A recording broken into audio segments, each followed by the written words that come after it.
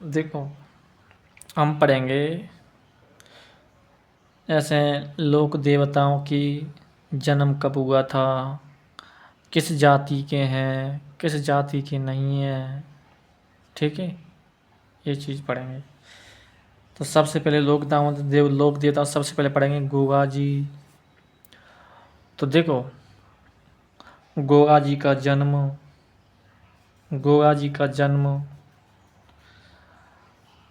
946 ईस्वी में हुआ था। कब हुआ था? 946 ईस्वी में। कहाँ पर हुआ था? ददरेवा चुरू। कब हुआ था? ददरेवा चुरू। गोगा जी का जन्म 946 ईस्वी, ददरेवा चुरू। जाति राजपूत।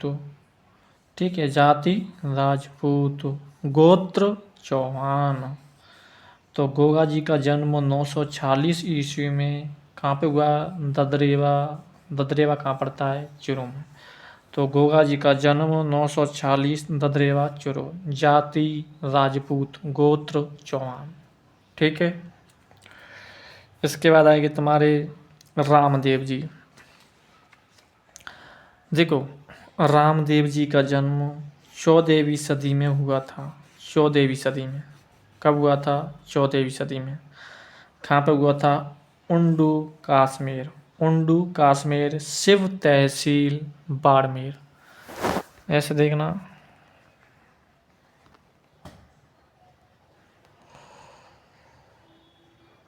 समझ रहे हो कि नहीं समझ रहे हो? ऐसे नहीं, चलो तुम तो ऐसे देखो।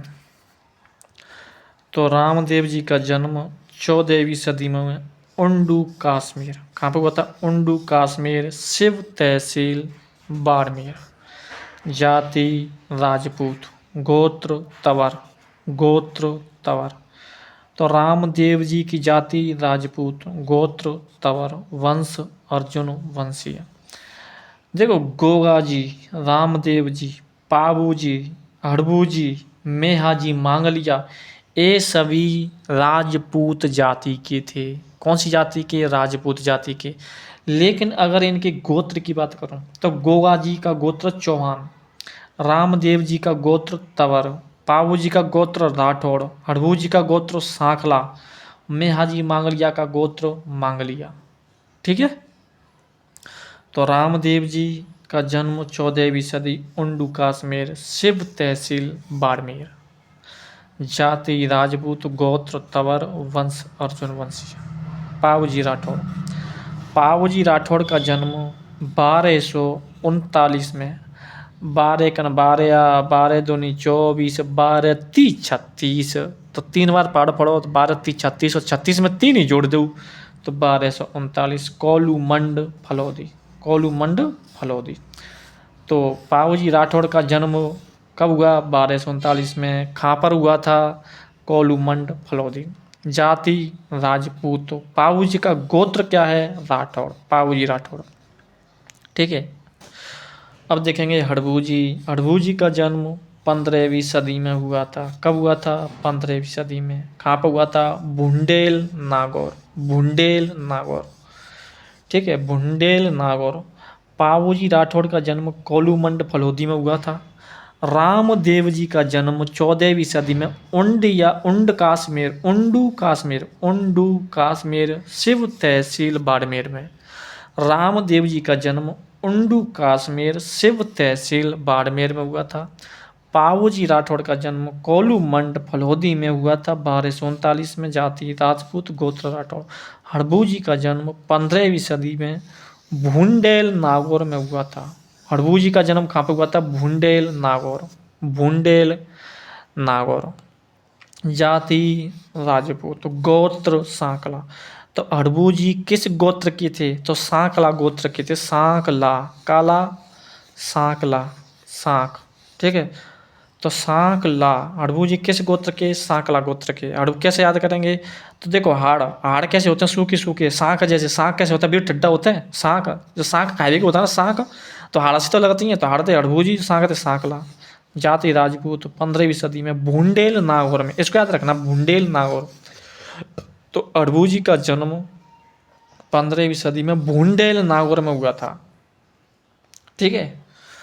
और मेहाजी मांगलिया का जन्म 14वीं सदी में हुआ था। मेहाजी मांगलिया का जन्म 14वीं सदी में हुआ था। कौन सी सदी में? अरे यार गलत तो नहीं होगा ये शायद नहीं नहीं, सही है सही है सही है।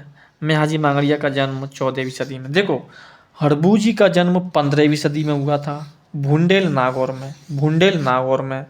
और मेहाजी मांगलिया का जन्म 14वीं सदी में हुआ था बापिड़ी गांव फलोदी में। बापिड़ी गांव तापू तहसील, तापू के बापा तापलू का फलोदी। ठीक है।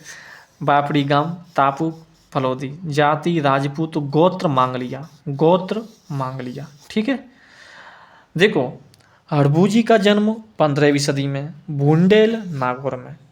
और मेहाजी मांगली का जन्म 14वीं सदी में बापड़ी गांव फलोदी में। और रामदेव जी का जन्म 14वीं सदी में हुआ था, लेकिन उनका जन्म उंडू काश्मीर शिव तहसील बाड़मेर, उंडू काश्मीर शिव तहसील बाड़मेर में। ठीक है। देखो मेहाजी मांगलिया का जन्म 14वीं सदी में हुआ था और रामदेव जी का भी जन्म 14वीं सदी में हुआ था, लेकिन मेहाजी मांगलिया का जन्म बापड़ी गांव फलोदी में हुआ था और इनका जन्म उंडू काश्मीर शिव तहसील बाड़मेर में हुआ था। ठीक है। और हड़बू जी का जन्म भुंडेल नागौर में हुआ था 15वीं सदी में। हड़बू जी का जन्म कैसे याद करें, मैंने कैसे बताया था कि 5 में 3 घटाओ तो 4, तो 4 पाया था हड़बू जी, तो 15वीं सदी में भुंडेल नागौर में। ठीक है। देवनारायण जी का जन्म 1243, 1 2 3 4 1243। देवनारायण जी का जन्म 1243। और मैंने कैसे बताया था ये बता दूं तुम्हें कि देखो बाबू जी का जन्म 1239 में हुआ था। अब 1239 में अगर मैं क्या जोड़ूं तो इसमें जोड़ दे तू 4। कितने जोड़ दे? 4। अगर मैं बाबू जी के जन्म में अगर मैं 4 जोड़ दूं तो 1243 बनेंगे। तो 1243 में देवनारायण जी का जन्म हुआ था। मालेश्वर की डोंगरी, गोठ दंडवता, आसिंद भीलवाड़ा। कहाँ पर हुआ था? मालेश्वर की डोंगरी, गोठ दंडवता, आसिंद भीलवाड़ा में। मालेश्वर की डोंगरी, गोठ दंडवता, आसिंद भीलवाड़ा में। ठीक है। और तेजा जी का जन्म 1073-74 में हुआ था। 1073-74 में। ठीक है। 1073-74 में खड़नाल नागौर में। तेजा जी का जन्म कहाँ पे हुआ था? खड़नाल नागौर में। जाति जाट, गोत्र दोहलिया, वंश नागवंश। ठीक है। बोलो कोई दिक्कत है क्या? कोई दिक्कत नहीं होना चाहिए मेरे हिसाब से। तो तेजा जी का जन्म 1073-74 में हुआ था। 1073-74 में खड़नाल नागौर में। जाति जाट, गोत्र दोहलिया, वंश नागवंश। ठीक है। वंश नागवंश। देखो तेजा जी का जन्म 1073-74 में हुआ था। 1073-74 में। ठीक है। और तुम्हारे गोगा जी का जन्म 946 में हुआ था। गोगा जी का जन्म 946 में हुआ था। और तेजा जी का जन्म 1073-74 में हुआ था। फिर पाऊ जी राठौड़ का जन्म 1239 में हुआ था। और 1239 जैसे मैंने 4 जोड़े तो 1243 में जन्म देवनारायण जी का हुआ था।